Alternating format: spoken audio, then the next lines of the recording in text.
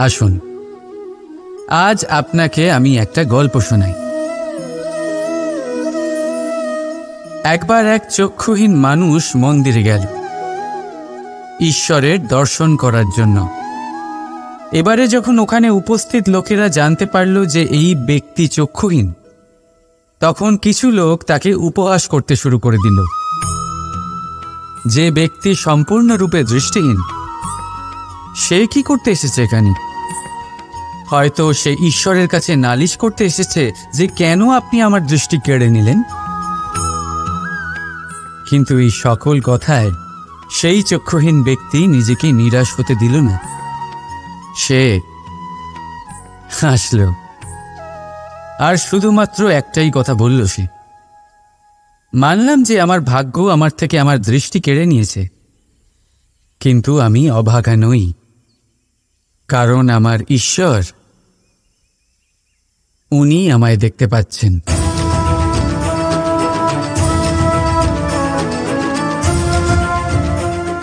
তাই মনে রাখবেন, দৃষ্টি নয়, দৃষ্টিভঙ্গি আবশ্যক।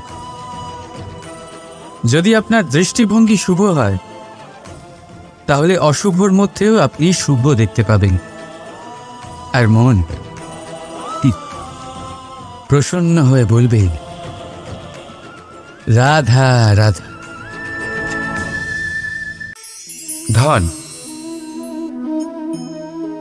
ধন হলো কারোর জন্য মোহ, আবার কারোর জন্য মায়া, কারোর জন্য হয়তো ভাগ্য, আবার কারোর জন্য কর্মের পারিশ্রমিক। দেখতে গেলে এই ধন হয়তো সবার জন্যই অত্যন্ত প্রয়োজনীয় হয়ে থাকে। সেই জন্যই তো মানুষ নিজের সমস্ত জীবন অতিবাহিত করেন এই ধন অর্জন করার জন্য। অনেক মানুষ এমনও হয় যাদের সমস্ত জীবন এই ধন অর্জন করতেই কেটে যায়। প্রত্যেক মানুষই চেষ্টা করেন যেন তিনি ধনী হন, যত সম্ভব বেশি ধন অর্জন করতে পারেন, সম্পন্ন থাকতে পারেন। আর তা হবে নাই বা কেন? কারণ এটাই হলো এমন এক বস্তু যা আদান প্রদান এমন নানান কাজে আসে। চেষ্টা তো সব মানুষই করেন, ধন অর্জন সব মানুষ করতে পারেন না। কারণ হলো এটাই যে মানুষ ভাবেন যে তার কাছে কিছু ধন এলে তারপর তিনি কিছু করে দেখাবেন, আর ধন ভাবে যদি এই মানুষ কিছু করে দেখান তাহলে আমি তার কাছে আসব। সেই জন্য কিছু করে দেখান, এমন শ্রেষ্ঠ কাজ করে দেখান যাতে ধন নিজেই আপনার কাছে ছুটে আসে। যদি আপনি ধন লাভের আশায় ছোটেন তাহলে আপনি নিজের সন্তোষ ভাব হারিয়ে ফেলবেন। কিন্তু এই সম্পত্তি যদি আপনার কাছে ছুটে আসে তাহলে আপনাকে মহান বলা হবে।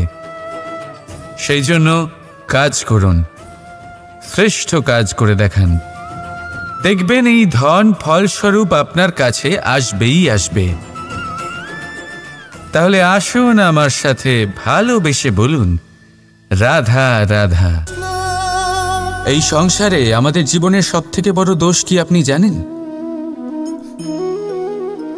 কেউ বলবেন লোভ, কেউ বলবেন লালসা, কেউ বলবেন অসত্য। দেখুন, দুঃখের মূল কারণ হলো পরিশ্রম না করা। কিছু মানুষ ভাবেন যে আমি জীবনে কোনো পরিশ্রম করব না, অথচ আমি সবকিছু প্রাপ্ত করতে চাই। আর এমন এক কারণের জন্যই দূতের মতো খেলা আমাদের জীবনে প্রবেশ করার সুযোগ পায়। দূত, এই দূত আসলে কি?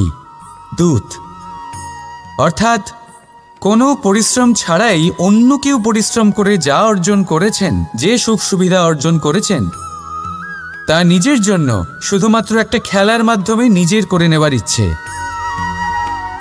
আর এই ইচ্ছে অত্যন্ত বিনাশকারী হতে পারে। এই ইচ্ছে যদি আপনার বিবেক, আপনার মন, আপনার চেতনা, আপনার ভাবনা প্রবাহিত করে ফেলে, তারপরে আপনি চেষ্টা করতে শুরু করে দেবেন, আর সেইখান থেকেই আপনার পতন শুরু হবে। এই চেষ্টা করবেন যে অন্য কারোর জীবনের সমস্ত ধন, তার সমস্ত জীবন সম্পূর্ণভাবে নিজের করে নেওয়ার।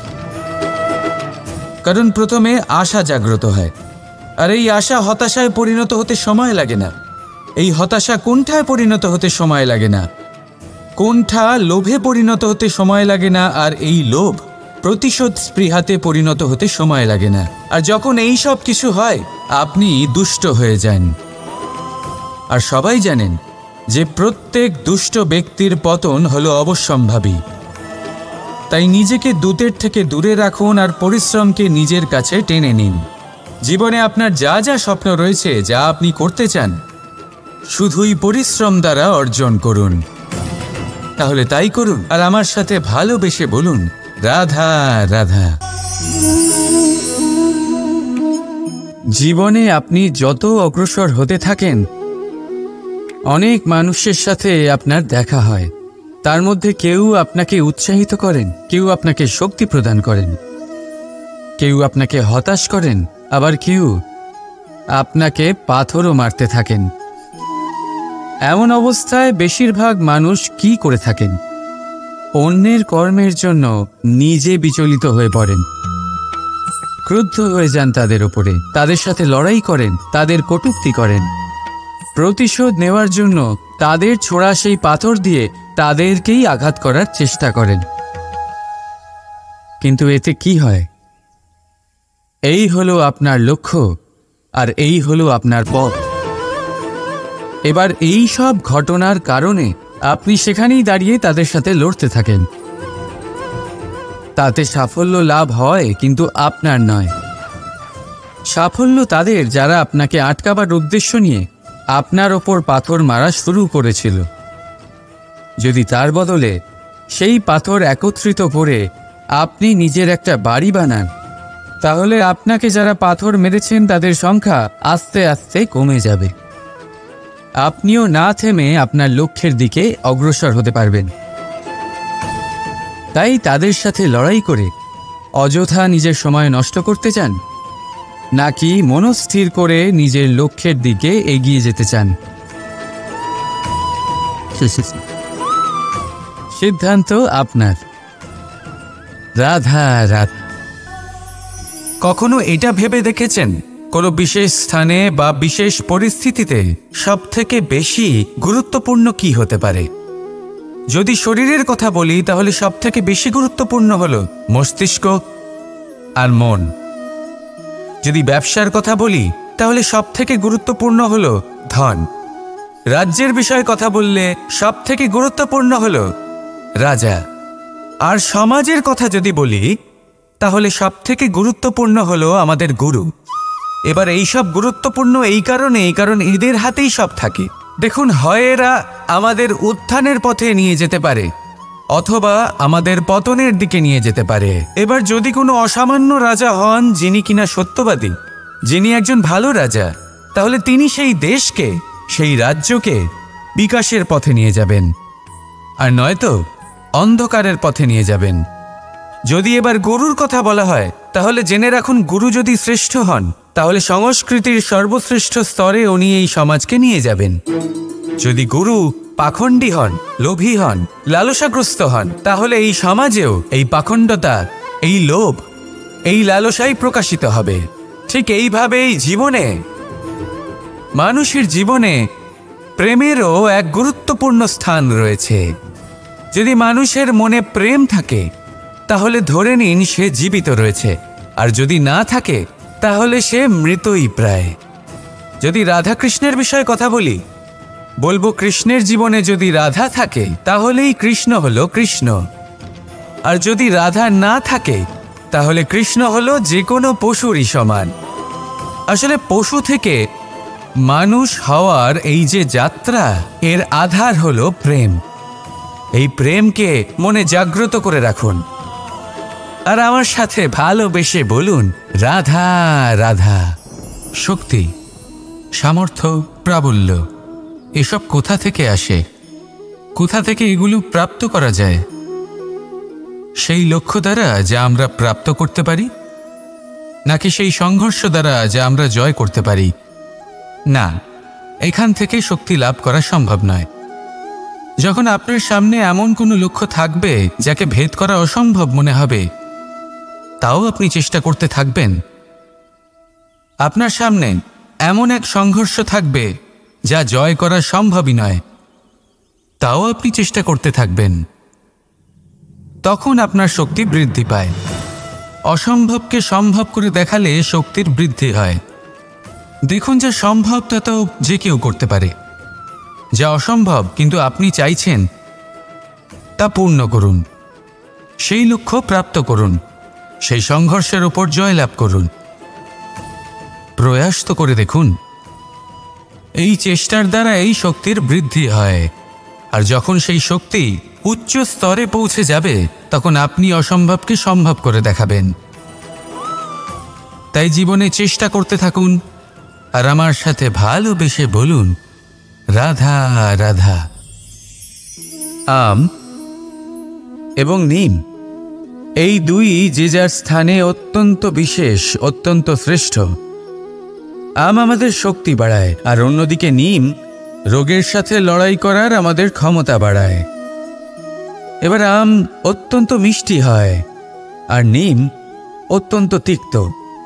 তাই এই কারণে কি নিমের নিরাশ হওয়া উচিত বা নিজেকে ঘৃণা করা উচিত? তার স্বাদ তিক্ত? কখনোই নয়। দেখুন, নিম তিক্ত, এতে নিমের কোনো দোষ নেই। দোষ হলো জিহ্বার, যে মিষ্টি পছন্দ করে, তিক্ত পছন্দ করে না। কিন্তু যদি আপনি নিজের জীবনে নিমের প্রয়োগ না করেন, তাহলে আপনার রোগ প্রতিরোধ ক্ষমতা বাড়বেই না। তাই নিম হলো অত্যন্ত গুরুত্বপূর্ণ। এর থেকে আপনি কি শিক্ষা পেলেন? এটাই যে জীবনে কখনো অন্য কারোর মাপকাঠি দ্বারা নিজেকে পরখ করবেন না। আপনার যোগ্যতা, আপনার বিশেষত্ব, আপনার গুণ, অপগুণ, এই সব কিছু আপনি নিজে বুঝে নিন। সেটাই যথেষ্ট। আসুন আর আমার সাথে ভালোবেসে বলুন, রাধা রাধা। আজকাল আপনি দেখে থাকবেন যে মা বাবা শুধুমাত্র সন্তানকে ভালোবাসেন তা নয়, তাদের মোহেও জড়িয়ে পড়েন। বিদ্যালয়ে যখন পাঠান তখন সমস্ত সুযোগ সুবিধা দিয়েই পাঠান। চেষ্টা করেন যে সবসময় যেন সন্তান তাদের চোখের সামনেই থাকে। কিন্তু ভুলে যান এক অত্যন্ত গুরুত্বপূর্ণ কথা, যে সন্তানকে এক নতুন দৃষ্টিভঙ্গি দেওয়াই হলো ওনাদের কর্তব্য। সেই জন্য পুরাতনকালে শিষ্যদের গুরুকুলে পাঠানো হতো, বাড়ির থেকে দূরে। কারণ বাড়ি ছেড়ে যাওয়া এক সন্তানের জন্য, এক শিষ্যের জন্য অত্যন্ত শুভ লক্ষণ হয়। যখন সে বাড়ির থেকে দূরে, গৃহস্থের থেকে দূরে থাকবে, তখন এই সংসারকে সে এক নতুন দৃষ্টিভঙ্গি দিয়ে দেখবে, পরখ করবে, বুঝতে পারবে, আর সব কিছু নিজে থেকেই শিখে যাবে কখন আক্রমণ করতে হয়, কখন পিছু হটতে হয়, কিভাবে এই সংসারের সম্মুখীন হতে হয়। আর এটা আপনার দৃষ্টি ওকে শেখাতে পারবে না, ওর অভিজ্ঞতা ওকে শেখাতে পারবে। তাই মনে রাখবেন, যদি আপনি চান যে আপনার সন্তানের বিকাশ হোক, তাহলে অনেক সময় ওকে নিজের থেকে দূরে নিয়ে যেতে হয়। যদি মোহে আবদ্ধ থাকেন, তাহলে ওর বিকাশ কখনোই হবে না। তাহলে আসুন আমার সাথে ভালোবেসে বলুন, রাধা রাধা। এই সংসারে মাতা পিতা তার সন্তানকে সব থেকে বড় উপহার কি দিতে পারে? বৈভব, সুযোগ সুবিধা, বাড়ি, নাকি আশেপাশের পরিবেশ? এই সংসারে মাতা পিতা তার সন্তানকে সব থেকে বড় উপহার শিক্ষা দিতে পারেন, কিন্তু তার জন্য সময়ের প্রয়োজন হয়। এবার এই সময় অত্যন্ত অদ্ভুত।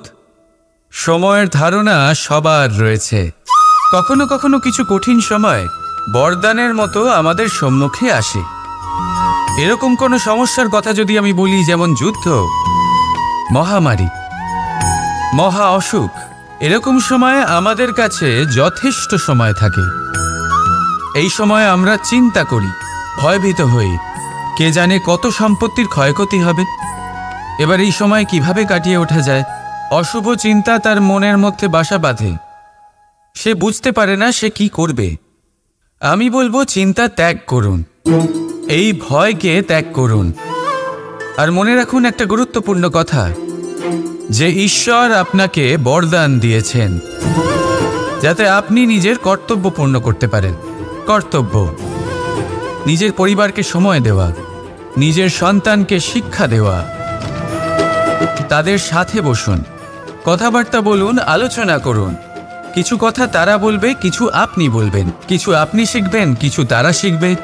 তাদের সাথে খেলা করুন, তাদের সাথে পূর্বপুরুষের গল্প করুন। এইসব করলে তাতে না শুধু তাদের ভবিষ্যৎ উজ্জ্বল হবে, বরং আপনিও সন্তুষ্টি পাবেন। ভয়ভীত হবেন না। আজ বর্তমানে আপনি কি করতে পারেন যাতে আপনার বর্তমান সঠিক হবে এবং ভবিষ্যৎ উজ্জ্বল হবে, তাতে একাগ্র হন। সব কিছু শুভ হবে। রাধা রাধা। বিবাহ। একজন নারীর জীবনে বিবাহের গুরুত্ব কতটা? আসুন আমরা কথা বলি রুক্মিণীকে নিয়ে। একজন নারী যিনি পবিত্র মানসিকতা নিয়ে কাউকে ভালোবেসেছেন, তাকে বিয়ে করতে চেয়েছেন। এবার বিয়ে মানে কাউকে পাওয়া, মানে কারোর হাত ধরে আগামী সমস্ত জীবন তার সাথে কাটিয়ে দেওয়া। এবার আমার হাত ধরে রুক্মিণী বিয়ের সুখ তো নিশ্চয়ই পেয়েছে, কিন্তু ওর এই প্রেমের যাত্রা এর অন্ত হলো না, বরং তা শুরু হলো। এবার রুক্মিণীর জীবনে সেই অধ্যায় শুরু হয়ে গেছে যেখানে ওকে সেই মানুষকে বুঝতে হবে যার হাত ধরে সমস্ত জীবন অতিবাহিত করার সিদ্ধান্ত নিয়েছে সে। এবার এরকম একটা সময় প্রত্যেকের জীবনে এসে থাকে। প্রত্যেকের মানে আপনারও। আপনার জীবনেও এমন এক সময় আসবে, তার জন্য তৈরি থাকুন। নিজের মনে যা যা বিকার আছে তা কোথাও ত্যাগ করে আসুন, আর পরিশুদ্ধ ভালোবাসা দিয়ে, পবিত্র মন দিয়ে নিজের জীবন সাথীকে বোঝার চেষ্টা করুন, কোনো আশা না রেখে। যদি এরকম করতে পারেন তবেই কঠিন পরীক্ষায় উত্তীর্ণ হবেন, নয়তো নয়। রাধা রাধা। এই সংসারে কিছু মানুষের তীব্র বাসনা থাকে, সে নিজেকে বিনাশ করতে চায়। কিছু মানুষ মদ্যপান করে নেশায় বুঁদ হয়ে থাকেন, কিছু মানুষ বিলাসিতা করেন, আর কেউ সবার সাথে শত্রুতা করে বসেন। যদি আপনি নিজের বিনাশই চান তাহলে এইসব করার প্রয়োজনই নেই। শুধু একটু অহংকার পোষণ করুন। হ্যাঁ, আপনি ঠিক শুনেছেন, এই অহংকার আপনাকে বিনাশ করে দেয়। এ হয়তো কাঁটার মতন বেঁধে না, কিন্তু এর ধার আপনাকে রক্তাক্ত করে দেয়। আস্তে আস্তে আপনার প্রিয়জন, আপনার বন্ধু, আপনার আত্মীয়, যাদের আপনি ভালোবাসেন, তাদের সকলকে আপনার থেকে দূরে করে আপনাকে একা করে দেয় এই অহংকার। যদি আপনি এই জীবনে বাঁচতে চান তাহলে বিনম্র হতে শিখুন, আর যদি আপনি নিজের বিনাশ চান তাহলে অহংকার পোষণ করতে শিখুন। সিদ্ধান্ত হলো আপনার, এই জীবন হলো আপনার। রাধা রাধা। কিছুদিন আগে আমরা কথা বলেছিলাম যে আমাদেরকে নিজেদের বিবেকের সাহায্যে সুজন আর দুর্জনকে চিনতে শিখতে হবে। কিন্তু কিভাবে চিনব? কি গুণ থাকে তাদের? সুজন কি সে যে আস্তিক হয়, যে ঈশ্বরকে বিশ্বাস করেন, যে তাকে ভয় পান? নাকি দুর্জন সে যে ঈশ্বরকে বিশ্বাস করেন না, তাকে ভয় পান না, শুধুমাত্র নিজের কাজ করে যান? আপনাকে বলে দিই, এই সুজন না তো আস্তিক হয় আর না তো নাস্তিক, তারা বাস্তবিক হয়। তাহলে আসুন আর বাস্তবিকতাকে চিনুন, আর জীবনে শুধুমাত্র আনন্দ লাভ করুন। আর আমার সাথে ভালোবেসে বলুন রাধা রাধা। জীবনে সবাই অগ্রসর হতে চান, নিজের লক্ষ্যে পৌঁছতে চান, সাফল্য লাভ করতে চান, কিন্তু সবাই তা করতে পারেন না। তারপর সেই কারণ খোঁজার চেষ্টা করতে থাকেন যার জন্য তিনি অসফল হয়েছেন। তাতেও বেশিরভাগ মানুষ ভুল বাছাই করে ফেলেন। যদি আমি আপনাকে এই কথা বিস্তারিতভাবে বোঝাই তবে বিষয়টা অনেকটা এরকম: যদি আমার দাঁতে ব্যথা হয় তাহলে পেট ব্যথার আরোগ খেলে কোনো লাভ হবে না। যদি ভিতে সমস্যা থাকে তাহলে আমরা বাড়ি যতই সাজাই তা অবশ্যই ভেঙে পড়বে। যদি আমরা জীবনে অগ্রসর না হতে পারি তাহলে কারণ আমাদের পায়ের ব্যথা নয়, আমাদের সীমিত চিন্তা। যদি আমরা আমাদের ভাগ্য, আমাদের ভবিষ্যৎ না লিখতে পারি তাহলে তার কারণ কিন্তু ভাঙা কলম নয়, অন্যের প্রতি ঈর্ষা। যদি মহান কর্ম করার পরেও যশ প্রাপ্তি না হয় তাহলে তার কারণ শরীরের আলস্য নয়, মনে বসবাস করা লোভ। তাই সবার আগে নিজের অসফলতার কারণ সঠিকভাবে বোঝার চেষ্টা করুন, আর তারপর ঠিকভাবে সেখান থেকে বেরিয়ে আসার চেষ্টা করুন। আপনি সাফল্য অবশ্যই লাভ করবেন, কেউ আপনাকে আটকাতে পারবে না। শুধু ভালোবেসে বলতে থাকবেন, রাধা রাধা।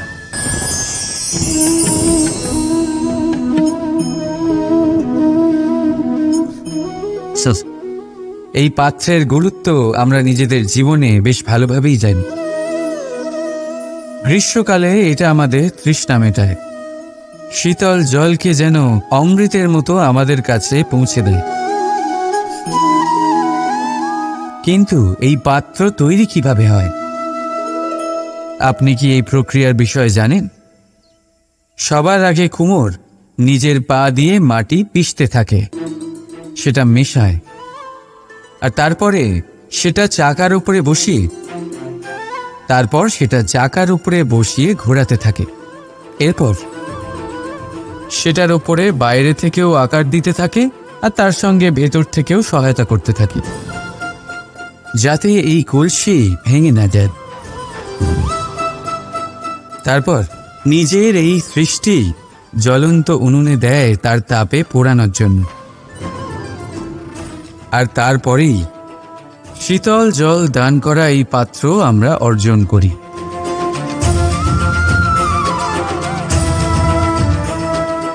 একজন সর্বশ্রেষ্ঠ গুরুও তাই করেন।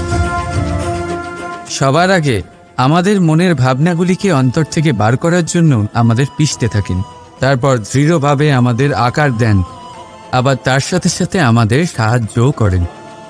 আর ঠিক তারপর পরীক্ষার অগ্নির সেই তাপে আমাদের ছেড়ে দেন পড়ার জন্য, আর ঠিক সেইভাবেই আমাদের অস্তিত্ব তৈরি হয়। সেই জন্য যদি আপনার গুরু কঠোর হন তাহলে ওনার ওপর ক্ষুব্ধ হবেন না, ওনার ওপর ক্রুদ্ধ হবেন না, কারণ উনি সেই কুমোর যিনি আপনার জীবনের পাত্রকে এক সুন্দর আকার প্রদান করবেন।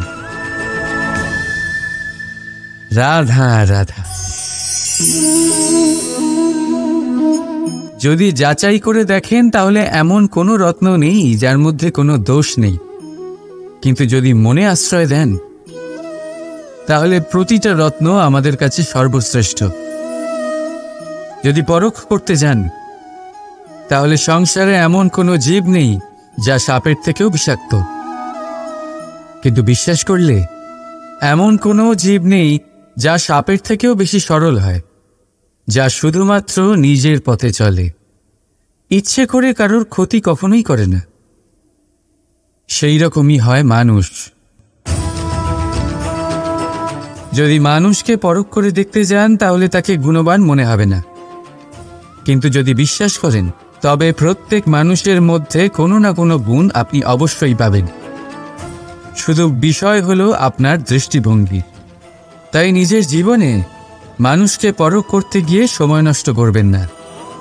মানুষ কোনো বস্তু নয়, মানুষ এক আত্মাধারী জীব, যে হয়তো আপনার ব্যবহারে পাল্টে যেতে পারে, আবার পর মুহূর্তে আপনাকে আলিঙ্গনও করতে পারে। সে শুধু ভালোবাসার অপেক্ষা। রাধা রাধা। ক্রোধ মনের এমন এক অবস্থা যখন মানুষ তার মনের অবাধ্য হয়ে কাজ করে। লোভ মনের সেই অবস্থা যেখানে স্বার্থ করুণার থেকে আগে কাজ করতে থাকে। প্রতিশোধ যেখানে মানুষ অপরের থেকে বেশি নিজেই নিজের ক্ষতি করে খুশি হয়।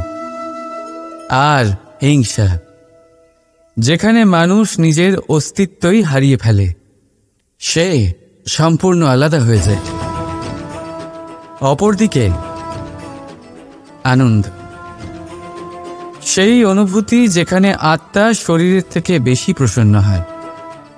আর প্রেম সেই পরম অনুভূতি যেখানে আমাদের দুঃখ সবার মাঝে ভাগ হয়ে যায় আর সবার সুখ আমাদের মধ্যে মিশে যায়। তাই আপনি ক্রোধ, হিংসা, লোভ আর প্রতিশোধের আগুনে জ্বলবেন, নাকি আনন্দে থেকে প্রেমের সাথে এই জীবন উপভোগ করবেন? সিদ্ধান্ত আপনার, কারণ আমি আমার সিদ্ধান্ত আগেই নিয়ে নিয়েছি। রাধা রাধা।